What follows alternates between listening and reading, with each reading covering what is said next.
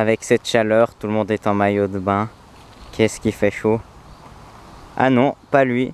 Qu'est-ce que tu fais en costume? Salut les loulous. Eh bien maintenant que j'ai atteint plus que 200 abonnés, je ne suis plus n'importe qui. Donc dorénavant, je serai tout le temps chic en costume. Tout le temps? Tout le temps.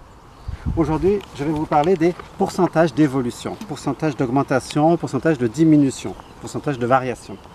Ce qui est très intéressant, c'est qu'on peut à chaque pourcentage d'évolution associer un coefficient multiplicateur, CM, coefficient multiplicateur.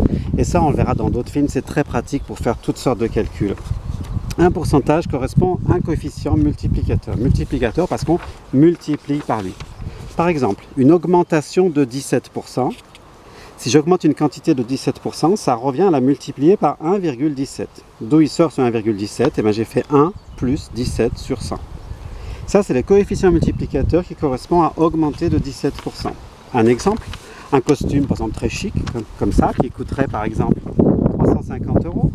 Si tout d'un coup, son prix augmente de 17%, pour trouver le nouveau prix, je fais 350 fois 1,17. Coefficient multiplicateur, parce qu'on prend l'ancienne somme, on le multiplie par ce coefficient. Si j'ai une baisse de 18%, ça revient à multiplier par 0,82. D'où il sort 0,82, j'ai fait 1 moins 18 sur 100. Tout à l'heure, j'avais fait 1 plus, parce que c'était une augmentation. Pour une augmentation, je fais 1 plus, parce que ça monte. Pour une diminution, je fais 1 moins, parce que ça baisse. 1 moins 18 sur 100, ça fait 1 moins 0,18, ça fait 0,82. Baisser de 18%, c'est comme multiplier par 0,82. Exemple, mon costume, toujours, s'il coûtait 350 €, si tout d'un coup il baisse de 18%, eh bien le nouveau prix c'est 350 fois 0,82.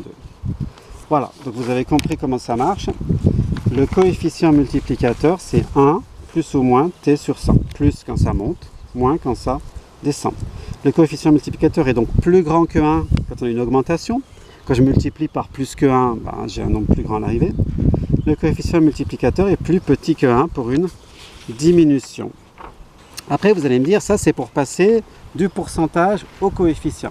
Comment est-ce qu'on fait le trajet retour? Passer d'un coefficient multiplicateur à un pourcentage. Et bien voilà, je vous le dis, le pourcentage c'est coefficient multiplicateur moins 1 fois 100. Coefficient multiplicateur moins 1 entre parenthèses fois 100. Par exemple, si je vous dis une quantité est multipliée par 1,035, ça fait quel pourcentage? Vous faites coefficient moins 1 fois 100, ça fait augmenter de 3,5%. Augmenter parce que c'est plus grand que 1, parce que c'est un pourcentage positif. Si je vous dis une quantité est multipliée par 0,35, ça fait quel pourcentage? Eh bien, coefficient moins 1 fois 100, ça fait moins 65%. C'est un moins, donc c'est une baisse. On se doutait que c'était une baisse d'ailleurs, puisque le coefficient est plus petit que 1. Ok, donc quand j'ai le coefficient, je reviens en pourcentage en faisant ça. Donc voilà, l'essentiel vraiment à retenir, c'est ça. T%. Coefficient multiplicateur, on peut passer de l'un à l'autre très facilement. Ça c'est à retenir, j'essaierai de vous le mettre en lien.